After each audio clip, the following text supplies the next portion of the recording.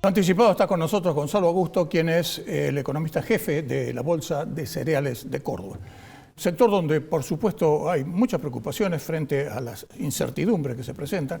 Y esto que forma un combo complicado con las noticias que llegan y siguen llegando desde hace aproximadamente 20 días de bajas continuas en el precio de los commodities argentinos, particularmente la soja, y esto también se desgrana en el maíz y el trigo.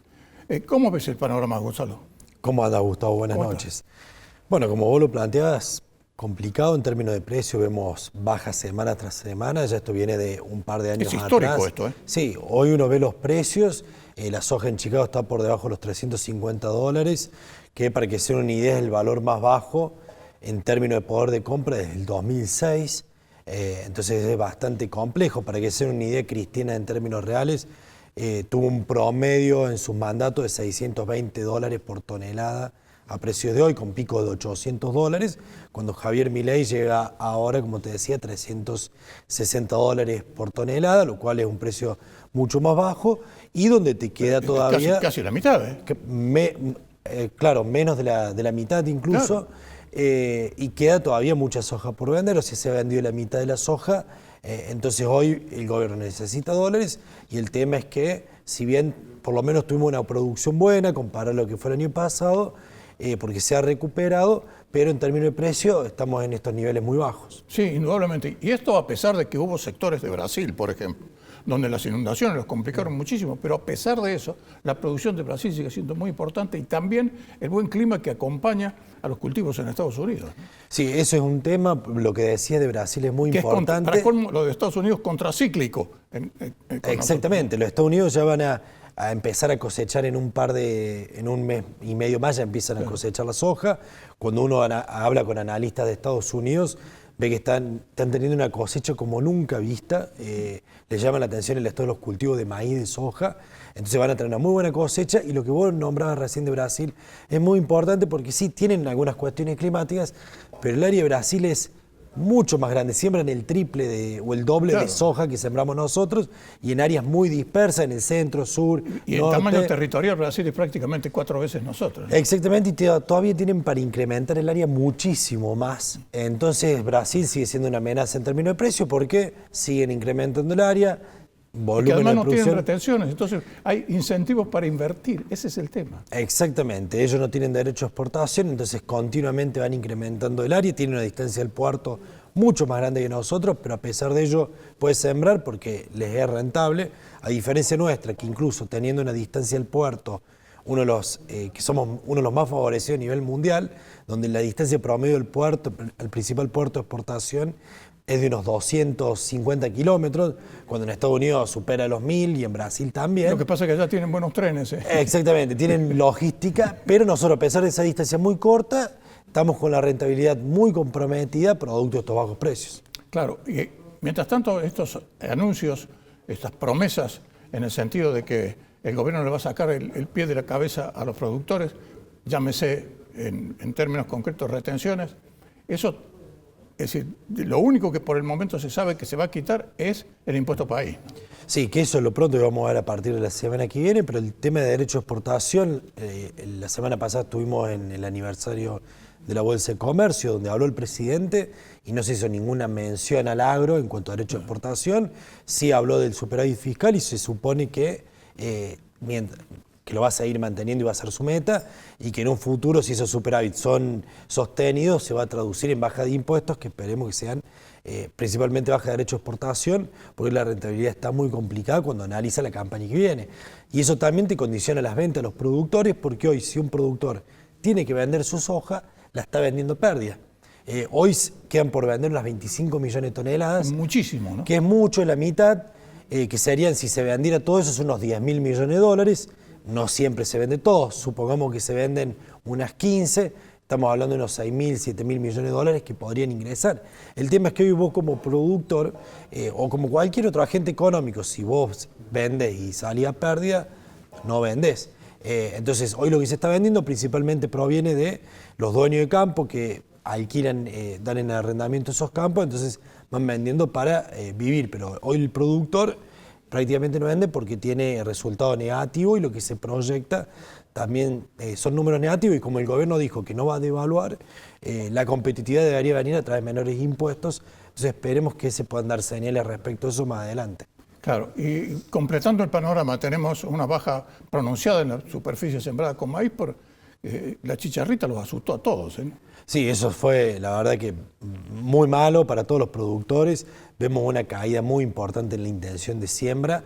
Se van a sembrar 900.000 hectáreas menos de maíz en Córdoba, que es un 30% menos, un número grandísimo, y la mayor parte va a ir a soja. Entonces, si Argentina siembra más soja, eso también genera menores precios a futuro. Entonces, tenemos una campaña por delante muy complicada, donde los productores van a tener que sembrar soja, con precios bajos, con rentabilidad negativa. Entonces, ¿cómo va a ajustarse eso? Bueno, con menor tecnología. O sea, ¿qué implica? Que voy a poner menos fertilizantes o distintos tipos de tecnología. Entonces, eso se traduce también en menores rendimientos a futuro. Entonces, venimos por una campaña muy complicada y lo importante es destacar que venimos también de 2 campañas anteriores con sequía. Esta campaña que el productor parecía que se recupera con buenos niveles de producción, los precios no acompañan. Sí. Hay una buena, que por lo menos, aunque poquitito, ha llovido en agosto. Y me estoy refiriendo concretamente al trigo, que es una época donde está a punto de comenzar a granar y que es fundamental la humedad, ¿no? Sí, ahora que estamos en pleno proceso de definición de rendimiento del trigo, han caído algunos chaparrones en algunas zonas.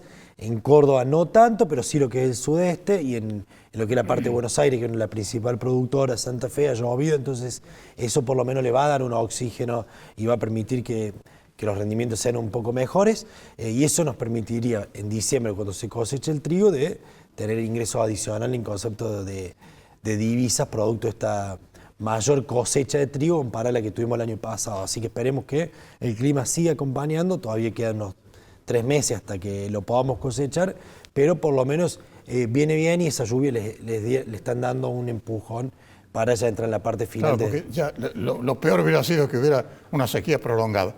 Te llevo a otro tema para que lo tratemos como parte final de este reportaje, que está referido a los precios de la carne, que se están recuperando sobre todo en la categoría vaca por estas determinaciones que se tomaron desde el gobierno, precisamente sacándole los impuestos.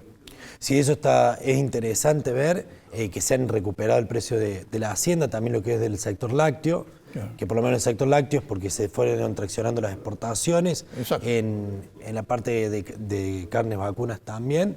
El tema es que estamos también liquidando muchas cabezas de ganado, hay que ver eso para que se empiece a recuperar y no quedemos sin stock, pero esas son buenas noticias de empezar a desregular, que estas políticas se mantengan y que permitan generar más inversiones.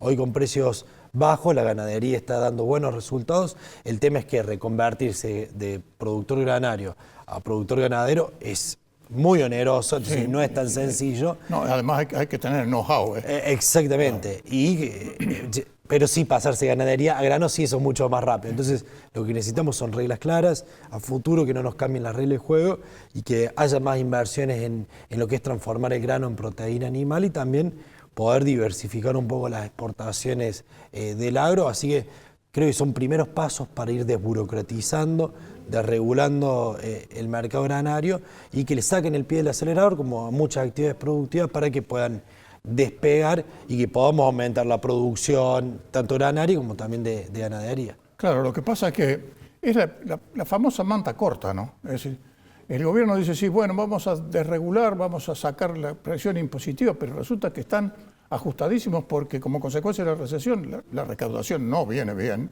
a pesar de que podría haber caído todavía mucho más, pero la recaudación definitivamente no viene bien. Y esta manta corta hace que no existan recursos, y no existen recursos. Y encima la situación política hace que se cree un clima de incertidumbre que tiene a todo el mundo, está con los nervios crispados. De eso vamos a estar hablando enseguida con Eduardo Dalmazo aquí, pero la situación es realmente preocupante. Sí, yo ahí para sumar a lo que vos decís, Gustavo, también entender que venimos de...